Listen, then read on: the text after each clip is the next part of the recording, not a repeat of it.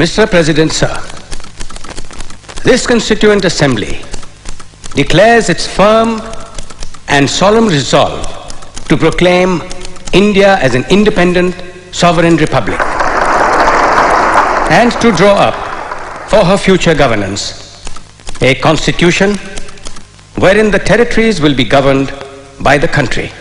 In substance, my amendment proposes we postpone passing this resolution to a later stage to enable the Muslim League and the Indian states to participate, if they choose so, in the deliberations of the Assembly. Now, I call upon Dr. Ambedkar to take the floor.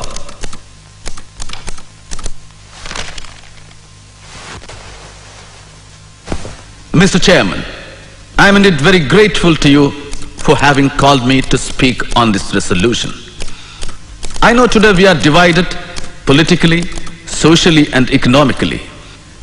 We are a group of warring camps, and I may even go to the extent of confessing that I am probably one of the leaders of such a camp. But sir, with all this, I am quite convinced that nothing in the world will prevent this country from becoming one. I have no hesitation in saying that, notwithstanding the agitation of the Muslim League for the partition of India, someday enough light will dawn upon them and they too will begin to think that a united India is better even for them.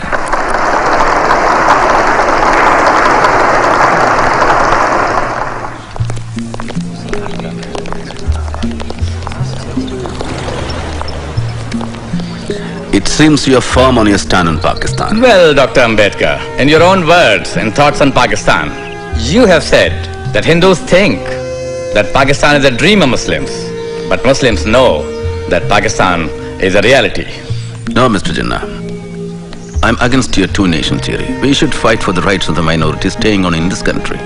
Well, that stage seems to have gone. Now Pakistan is going to be a reality.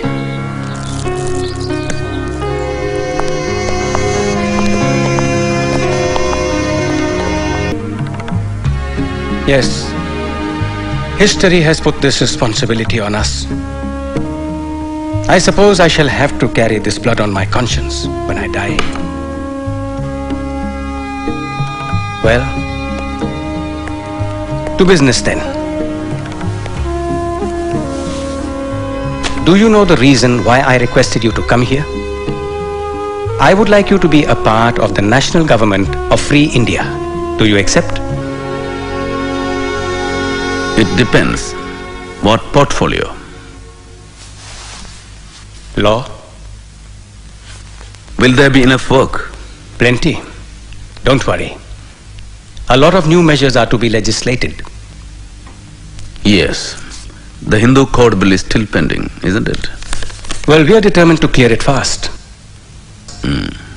I'm very glad. We shall be working together. Dear Bhaura, India is an independent country today. But will she maintain her independence? Will the many political parties with diverse and opposing political creeds place India above their own castes and creeds? We must be determined to defend our independence to the last drop of our blood.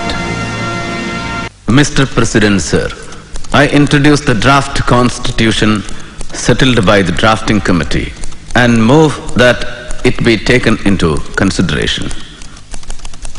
Mr. President, sir, I am one of those in the House who are aware of the amount of work and enthusiasm that Dr. Ambedkar has brought to bear on the work of drafting this constitution.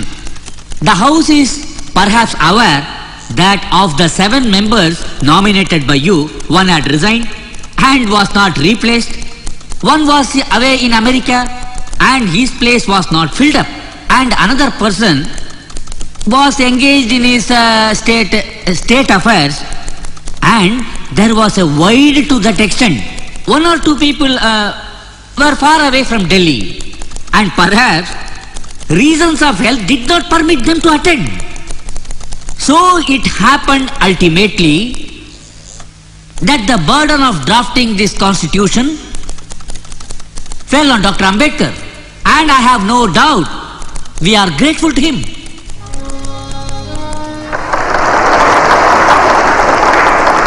The credit that is given to me does not belong to me. It belongs partly to Sir B.N. Rao, the constitutional advisor to the Constituent Assembly, who prepared a rough draft of the Constitution for the consideration of the drafting committee. A part of the credit must go to the members of the drafting committee also.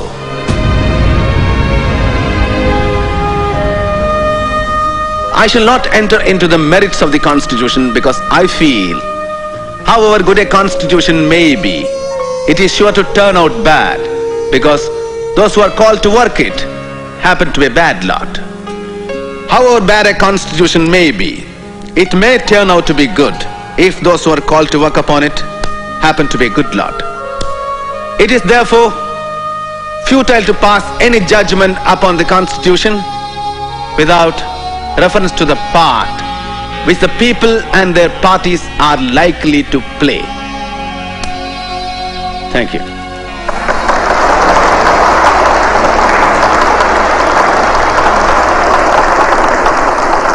And sitting in this chair and watching the procedures from day to day, I have realized what no one else could have, with what rare zeal and devotion the members of the drafting committee and especially its chairman, Dr. Ambedkar, irrespective of his indifferent health, have worked. In spite of factual objections,